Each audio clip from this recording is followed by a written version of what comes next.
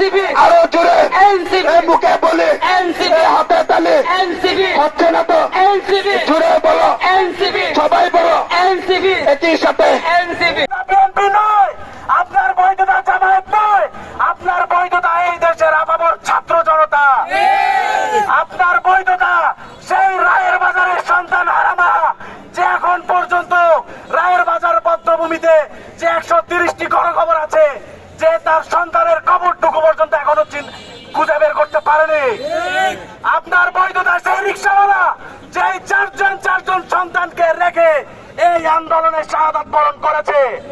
আপনি AC room থেকে বের হয়ে টেকনাফ থেকে তেঁতুলিয়া পর্যন্ত বাংলাদেশের আনাচে কানাচে অলিতে গলিতে প্রত্যেকটা শহরে যান, দেখুন সেই সব শহীদের পরিবারের কি অবস্থা, সেই সব আহতদের পরিবারের কি অবস্থা, তারা দিনকাল কেমনে যাপন করছে। এই আওয়ামী লীগ হচ্ছে সেই আওয়ামী লীগ, যে আওয়ামী লীগের নেত্রী শেখ হাসিনা ভারতের গোলামি করতে করতে এক পর্যায়ে কাবিননামাহীন চায়ের দোকানদার মোদিকে দ্বিতীয় স্বামী হিসেবে গ্রহণ করে এই বাংলাদেশকে একটা বেশ্যা নগরীতে পরিণত করেছিল। কিন্তু এই বাংলার জনগণ বুঝতে পারে নাই কিভাবে এই দেশকে সে বেশ্যা একটা নগরে পরিণত করেছে। জনগণ, ছাত্র জনতা, সংগ্রামী ছাত্র জনতা এই জিনিস ভুললে হবে না।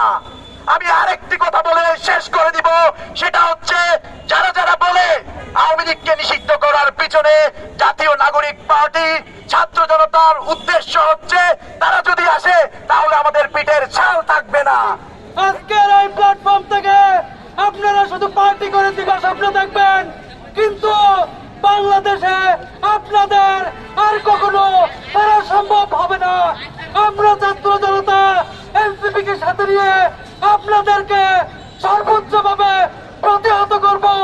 এই বাংলায় আওয়ামী লীগের কবর রচিত হবে।